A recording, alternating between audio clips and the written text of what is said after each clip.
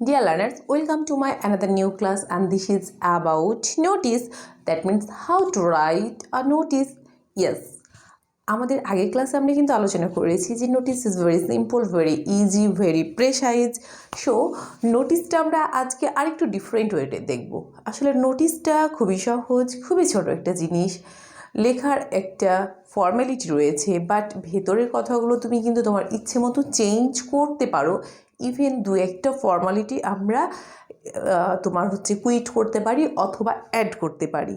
So চলো আজকে আরেকটা সিস্টেমে আমরা নোটিসটা দেখে নিই। ফার্স্ট ওয়ান দেখো, আমরা দেখেছি যে কালেক্টরেট ইংলিশ স্কুল, মানে আমার শিক্ষা প্রতিষ্ঠানের নামটা দিলাম।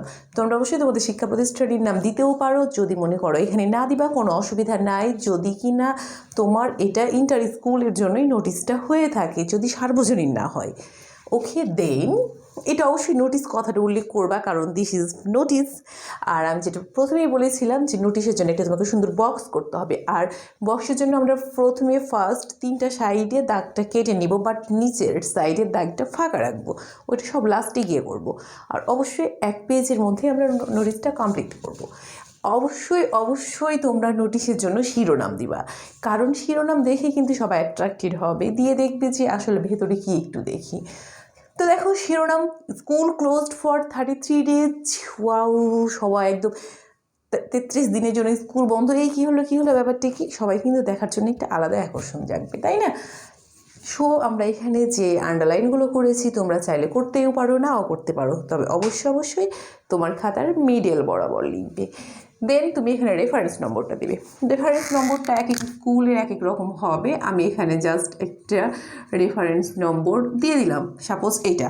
এবার ডেটটা তো কীভাবে লিখতে হয় আমরা জানি, যে তুমি যখন লিখতেছো সেদিনের ডেটটা দিবা। তাহলে আজকে আমরা লিখতেছি 14 মার্চ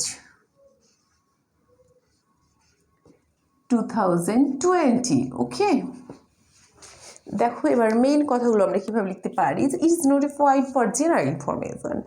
হ্যাঁ, যে এই যে সাধারণ তথ্যটা সবার অবগতির জন্য জানানো যাচ্ছে। আমরা এর আগে যেভাবে করেছিলাম যে notified to the teachers or students or both for the teachers or students, okay কোনো সমস্যা নেই, সেটাও করতে পারো, তুমি এই স্টাইলেও লিখতে পারো, এগুলো কোনো ব্যাপার না, বাট বিষয় হলো তোমাকে লিখতে হবে। দেখো যে, আর অবশ্যই তোমাকে মেন কথা এগুলো লিখতে হবে, অনেক এলাবোরেট করা যাবে না, কোনো ইমোশন অ্যাড করা যাবে না। যে that our school will remain closed, আমাদের স্কুলটা বন্ধ হয়ে যাবে ফর 31 days। কতদিন? 33 days আমরা দিয়েছি, 33 days ইফেক্টিভ ফ্রম, যেটা হচ্ছে কখন থেকে ইফেক্টিভ হবে, কার্যকরী হবে 4th এপ্রিল 2022 থেকে, আর সেটা চলবে 8th মে 2022 পর্যন্ত। এবার কেন বন্ধ হলো এতদিনের জন্য, তোমাকে অবশ্যই কজটা বলতে হবে, না হলে কিন্তু অডিয়েন্সদের মধ্যে একটা কেন ভাব থেকে যাবে। So on account of Ramadan vacation, কিসের জন্য? রমজানের ছুটির জন্য, অ্যান্ড ঈদুল ফিতর, এবং মানে আমরা যেটা রোজার ঈদ বা ঈদুল ফিতরের বলে জানি সেটার জন্য।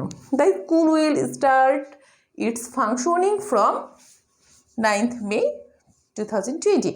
আবারও কী করছে, তার পরের দিন 9 তারিখ থেকে একদম স্কুল পুরোদমে তার সমস্ত কার্যক্রম শুরু করবে। দেন তুমি দিবা যে ওয়াল কনসার্ন আর নোট টু প্লেজ, মানে এটার সঙ্গে যারা সম্পৃক্ত তাদের সবাইকে এটা মানে বিশেষভাবে খেয়াল করার জন্য বলা হলো।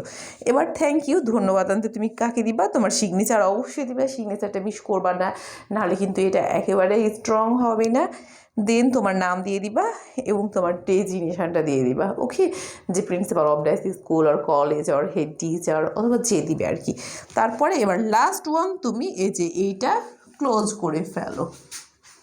ওকে, তাহলে কমপ্লিট হয়ে গেল তোমার নোটিস। তো শিক্ষার্থী বন্ধুরা, এখানে ভয় পাওয়ার কিছু নেই, টেনশন করার কিছুই নেই, তুমি তোমার ইচ্ছে মতো নোটিস লিখতে পারো, বাট তোমাকে সিস্টেমগুলো ফলো করতে হবে, যে একটা বক্স করতে হবে, 1 পৃষ্ঠার মধ্যে লিখতে হবে, নোটিস কথাটা উল্লেখ করতে হবে। অবশ্যই আমি সুন্দর একটি শিরোনাম দিব, নোটিসের আমার একটা রেফারেন্স নাম্বার থাকবে, কখন লিখছি সে ডেটটা থাকবে, আর যেখানে কথাগুলো হবে সেগুলো কি তুমি যতটা ফর্মাল ওয়েতে বলতে পারো, তুমি ইনফর্মাল ওয়েতে কোনো ইমোশন অবশ্যই অ্যাড করবে না, যত শর্টকাট তুমি ক্লিয়ার বোঝাতে পারো ততই বেস্ট।